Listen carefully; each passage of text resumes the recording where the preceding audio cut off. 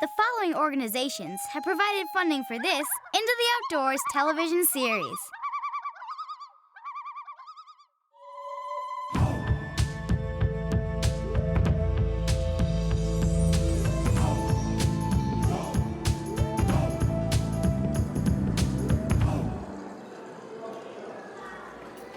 And that's that. So much for our anthropology report for class. We're done. Can you imagine harvesting all this fresh meat with just one spear or arrow? What a life of adventure it must have been back then. Think about it, no jobs, no bosses, no paychecks, no crowded supermarkets, no hassle. Just a super fun way to feed your whole family. This doesn't look like all fun and games to me. This looks like it could hurt you. This looks like a blast. I wish I could travel back in time and show you how I handle that kind of wild adventure. Oh, it would be an adventure, all right, but you might not survive. I heard you guys were here working on a project for school. I've got a little extra credit work if you'd like. Here's your assignments. What? Clovis Kids Challenge? You can work as a team, but like real survival, there's only one winner. In the end? This sounds like fun. How hard can it be? I don't know. Survival? Only one winner? Sounds a bit scary to me. What do we have to lose? Besides, imagine all we might learn. Grab your gear and let's explore as we discover the wild outdoors. Science, discovery, it's what we do. You can make our Earth a bright and better place by joining us in this wide open space into the outdoors. Step number 1, compare and contrast the challenges and rewards of Clovis kids versus modern youth hunters. Start by decoding hunting tools and lifestyles. Record your findings. What? How are we supposed to know what happened 12,000 years ago? Well, the word Clovis is your first clue. Who were these Clovis people and what made them so special? Well, they were one of the first people to come into this continent from Asia. Imagine that you were the first Clovis kids here. What did you see? A landscape covered with animals, right? But the really neat thing about them is they hunted mammoths. Big, big, big prehistoric elephants. Man, look at the size of this thing. How much do they weigh? This guy's about 8 tons, about 12 foot tall at the shoulder, so twice as tall as your dad, about 80 times more weight than your dad. So how important was this outdoor lifestyle? And besides, this looks like a great family adventure. Well, it was an adventure, but it was a dangerous one, and everybody worked really, really hard. Can you imagine butchering an animal that weighs 8 tons? Think of the work. Think about what that animal can do to you. You're there with a spear, just a spear. And that animal can trample you, that animal can take its tusk and hit you, it can take its trunk and pick you up. Think of the danger involved before you even get to this point. Hunting with a stick? How could you do that? They're so big. Well, it was more than just a stick. It had a Clovis point on the end, a very, very sharp arrowhead, basically. And it penetrated these animals deeply. It's pretty amazing that you can take down an animal this size with a spear point, but people did it. But they knew how this animal acted. They knew every habit of this animal so that they didn't get hurt. Okay, so I'm guessing you couldn't go down to your local Clovis Points R Us store and buy one of these things, so how did they get them? Now, these things were made out of flint, and you had to find a source of flint. I know what flint is. It's that super weird rock that has a conchoidal fracture, and when you break it, it gets down to a molecule thing. That's right. It's a silica, basically. And you end up with very razor-sharp edges. Wow, so they were making innovations back then? You bet. They had to make innovations. They had to survive. The Clovis point was the latest technology at the time. It's almost like having an airplane for us. It's amazing how advanced it is for its period and how specialized it is for taking down one of these animals. The Clovis point was only a part of the arsenal. They had something called an atlatl. An atlatl is just basically something you hold in your hand, and it engages the spear, and when you throw it, it makes your arm longer, so you've got more force and more accuracy.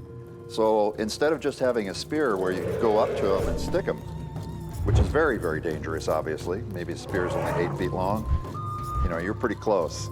With an atlatl, you can be 50 yards away. Oh, new invention. Atto. Third arm lets you throw spear super far. We're gonna have mammoths coming out of our ears. I go make fire. No. So that means you could basically do a sneak attack. Exactly. And that's probably a big part of the success, the sneak attack. They were patient, huh? They had to be. And think about it, this is a grocery store falling in your lap. It's only one item, it's all meat, but it's a grocery store. There's a couple tons of meat here. Oh, sweet. So that gives us time to collect wood, build a fire.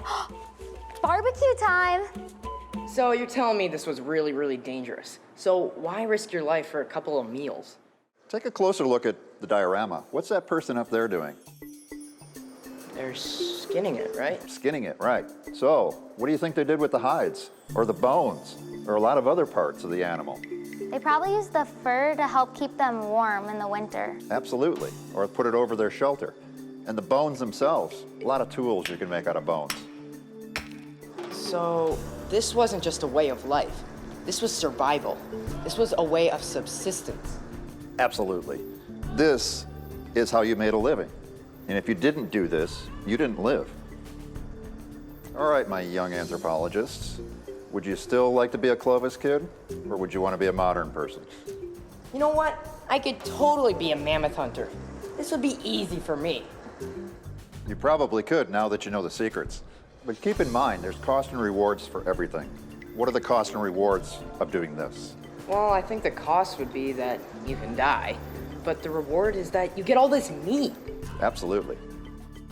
Cool, that covers hunting tools and lifestyles. So, what about you? Do you think you have what it takes to survive as a Clovis kid and possibly develop the skills to feed your family by collecting wild game?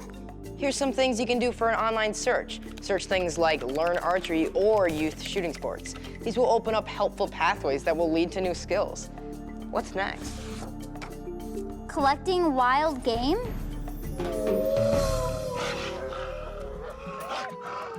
Cedric, I think it's time we start gathering more information for this project. I agree.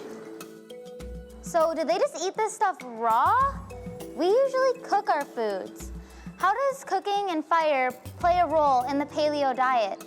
Well, we know that they cook their food. We've had campsites where they have campfires. So there's no doubt about that. And in order to process this, what they did is they probably ate really, really well and even gorged themselves as much as they could once the animal was down. But then they preserved a lot of the meat by smoking it with fire. So what's the best way that you think you can feed your clan? Hunting, I would presume. Hunting has a lot of protein, but it also has a lot of risk and it's a lot of work. All the women and female children were out gathering. They were gathering nuts, berries, plants of various sorts, not only to eat, but also for clothing and rope and things like that. The men were always out hunting. It was almost a constant thing to do. There's a lot of calories that are burned when you have a group the size of a clan. Kids today usually think more about themselves. I wonder, would it be better to think about your clan? It would be better. These people had to think about their clan. The benefit to all of them in working together was that they would live to see the next day. Okay, it's pretend time, Clovis kids. There's mammoths out there. Let's go. All right, well, first I gotta grab my spear. I gotta make sure that blade or spear point is really sharp. I'm gonna bring my skinning knife because I have faith in you, Cedric. Thank you. So what's the plan? Well, we're gonna have to track the animal first. Okay. We're gonna have to follow it. Make sure that we don't get in the way of the wind so that it can smell us. We have to sneak on it. And strike. What if it sees you? Then that will be a problem. That's not good, no. So you have to make sure you can't see you too. So we sneak up behind so he can't see us either. Maybe a little bit off to the side. In certain parts of Africa, 100, 150 years ago, when people were elephant hunting, they would even smear elephant dung all over them so that they would smell like elephant dung. Maybe they did that here too, we don't know. Sorry, but I don't want one of those things that bad. PU. What kind of other wild game did they hunt back then? Well, there's a whole variety. They just didn't hunt mammoths, although that's what they're famous for.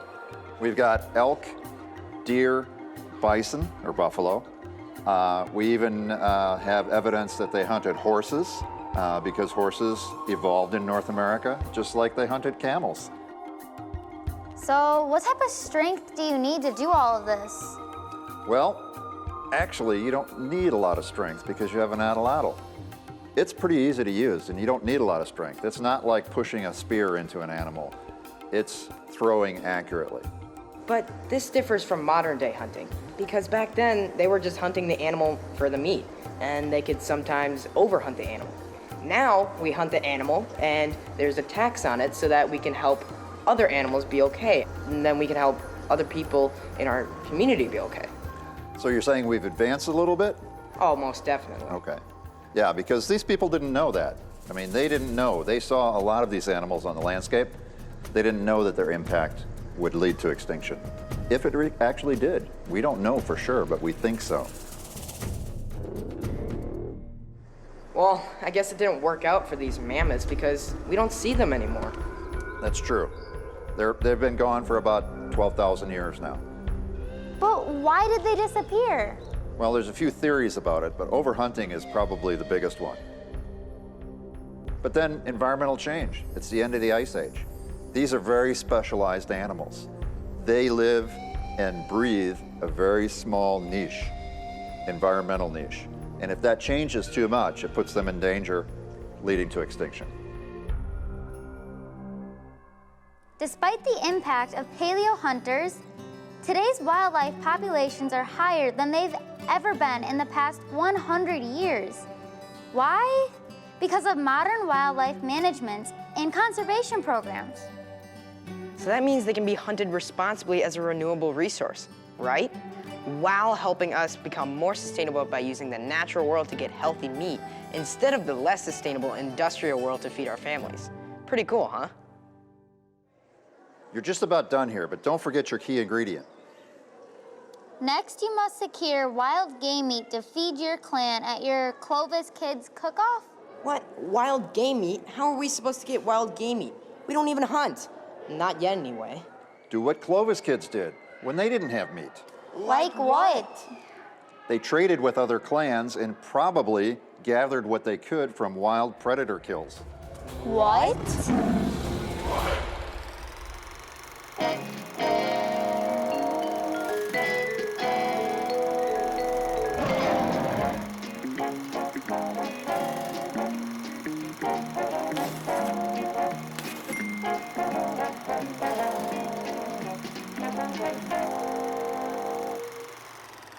We're going to do what Clovis kids did to get wild game meat. We're going to trade with clans and successful hunters. You know, the main predators of deer today. Venison, or deer meat, is high on my list. Luckily, my Uncle Darren is a pretty successful deer hunter, and he's willing to trade. Hey, Seth. Hey! How are you? Good, how are you? Good. Come on in. You're in luck. I saved some venison back straps for you. These should be fantastic. Here you go. Thanks. And what's this for? Well, I got this Clovis cook-off thing, and I'm really gonna have to make this venison taste good if I'm gonna win. Whoa, bow hunting, that's crazy stuff. How do you do it? Well, bow hunting really boils down to two things: getting close to the animal and making a responsible shot. For this hunt, I had sat for probably 4 hours, hadn't seen anything, and as it was just starting to get dark, I saw a deer coming off to my right. I took the shot, he ran off, and me and my buddy came back later that night, and we trailed him and we were able to harvest the animal. It was absolutely one of the coolest nights of my life. He was absolutely huge. The deer itself weighed over 200 pounds, and so we probably got about 120 pounds of meat from this deer alone. So I've studied paleo hunters. How is it similar to the way you hunt? Well, it's similar in the fact that we both have to get really close to the animal, but the equipment that we have today is much different than the equipment they had back then. They were using spears, and they had nowhere near the same sort of stuff that we have to help us be successful in our hunts. But there is one thing similar. You both shared the bounty with the rest of your clan. Thanks, Uncle Darren. Good luck in your Clovis cook-off, and don't forget my secret recipe. Oh, I won't. Clovis cook-off. So what's our next step? As successful Clovis kids, you've secured the wild game calories and nutrition needed to sustain your clan. So now you have to prepare your wild game feast for your clan. Contrast your cooking creations with how Clovis kids may have cooked. You'll be judged by your clan on your presentation and how well they like the taste. Clovis kids, Begin cooking. So we all know that Clovis kids didn't have the internet to help them with recipes. They had to make their own. But we're pretty lucky, so we downloaded some awesome wild game recipes to help us out. We use grandma recipe. Mostly fire, stick. Mine is gonna be mammoth stroganoff, obviously the best, Mine is wildfowl fettuccine. which won't hold a candle to my recipe. We'll see about that. Ah, cube-sized pieces. Yeah, the good thing about wild game meat is that it's way higher in omega-3s. You know, compared to industrial meat that was raised on soy and corn. Oh, so it's good for us too? That's a win-win. The first step to making mammoth stroganoff is to brown the meat. This sears in the flavor. It makes it taste really good. Clovis kids, they didn't have a stove. They had to collect wood to build a fire. That's right. It was probably pretty annoying, but hey, it worked. Oh, pans. We should invent one of those. Cedric, do you want some help? It looks like you got a lot of stuff to do.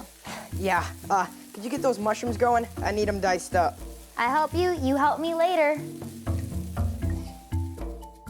This is how Clovis kids did it. They used obsidian. It's razor sharp. Oh, yeah. We're all about that. I bet Clovis kids used garlic, and if they didn't, they probably used leeks, which grew wild. We don't know about all them fancy spices. Check it out. We got cultured sour cream made from wild yaks. I bet that was hard to get. Oh yeah, especially if you were a Clovis kid. You had to watch out for a yak attack. Yak attack? Clovis boy, you are hilarious.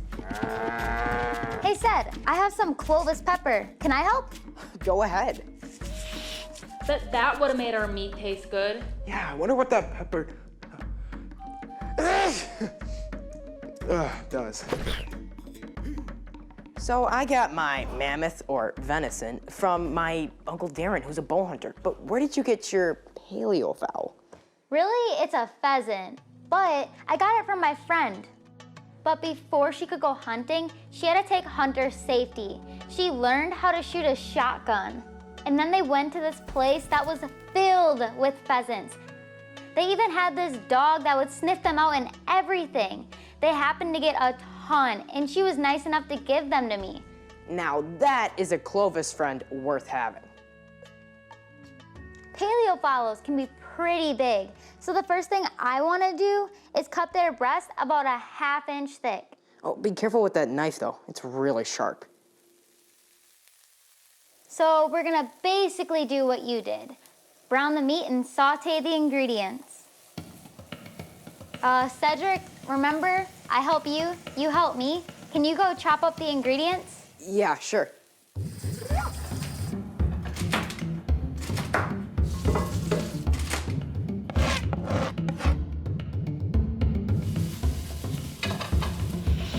No wonder they're doing such a good job. They're not cooking in a dark cave. Next, we saute our vegetables. Let's go with some wild celery.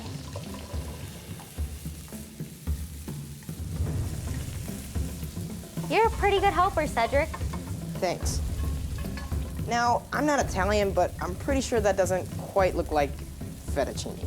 That's because we need to add my fettuccine sauce. Sauce? Oh, I should have thought of making sauce. And now for my secret ingredient, wild paleo buffalo cheese. Man, that sounds dangerous. Yeah, they are way worse than those silly apps. They're either gonna love that or it's gonna kill them.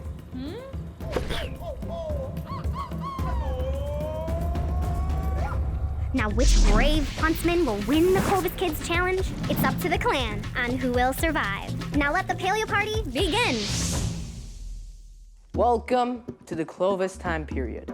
What you are about to eat is known as mammoth stroganoff. I will not only tell you how I got it, but you will also eat it and judge me based upon that. We will now go into the story. You may take your first bite.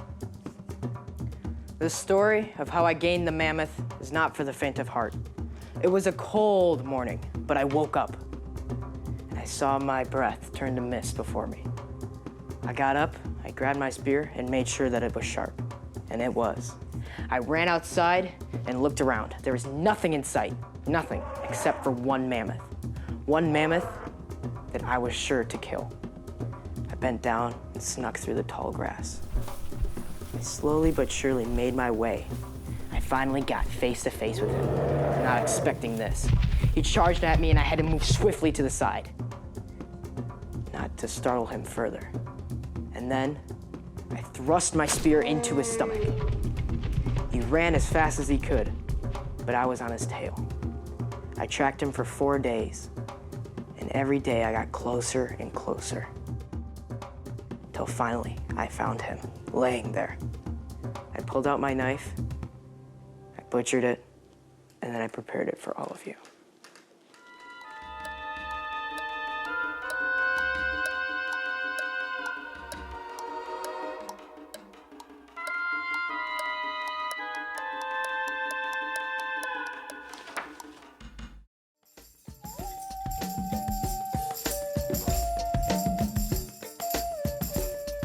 That's a sweet mammoth. That's gonna taste great. Hold still, Clovis boy. I'm trying to draw you a picture. That's 14 points for Clovis Boy. What you're about to eat is Paleofollow fettuccine, and this is how I caught him. I woke up one morning and immediately could feel my stomach begin to growl. When I went to go get Cedric so he could hunt, I was surprised to find him curled up in a ball. He didn't look so good. Then he said, "Morgan, you have to go hunting. I think I'm sick." At that moment, my mouth dropped. I've never gone hunting alone before. I was about ready to back out, but then my stomach growled one more time. That's when I realized I needed to go hunt so my clan would not starve. So I gathered my Clovis point and stick and left. After I left, the sun was just starting to rise, and I went out to our favorite hunting spot. I didn't exactly know what I was hunting for, but what I did know was that I couldn't leave empty-handed. I was waiting, which felt like forever, but then all of a sudden, I heard a stick snap. My mouth started watering. I was looking everywhere, but I didn't see anything. Then I heard gobble gobble. It was a wild fowl. My hand started shaking. He was creeping out from behind a large rock. So I aimed and bam, I hit him. Once I hit him, he ran for his life. Then I needed to track him. I followed his blood and footprints until I found him. Then I was thrilled. I caught a wild fowl without anyone's help. You might be thinking I'm overreacting about catching this little bird, but I'm not. Sometimes we would go days without catching any wild game. And trust me, those days were the worst.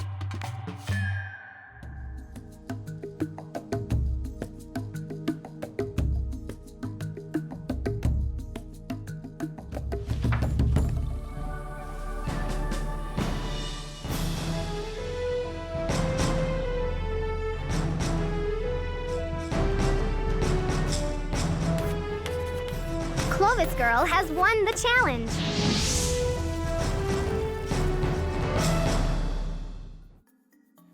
make it so hard, Clovis boy. In the end, after everything we've learned, I think we're all winners, including our clan over there.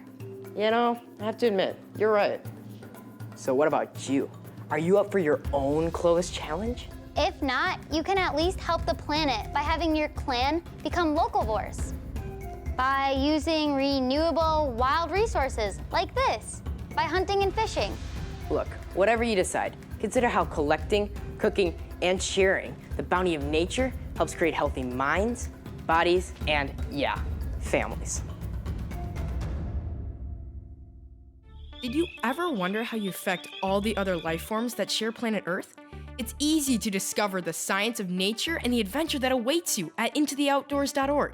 With just a few clicks, you'll find over 100 environmental and science videos that will help answer some of life's biggest questions. Like, what's the secret to all life on the planet?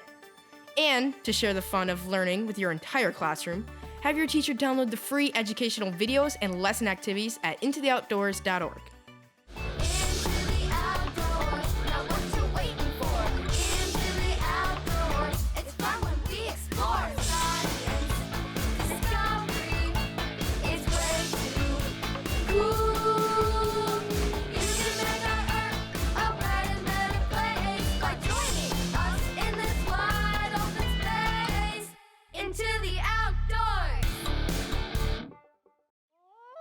The following organizations have provided funding for this Into the Outdoors television series.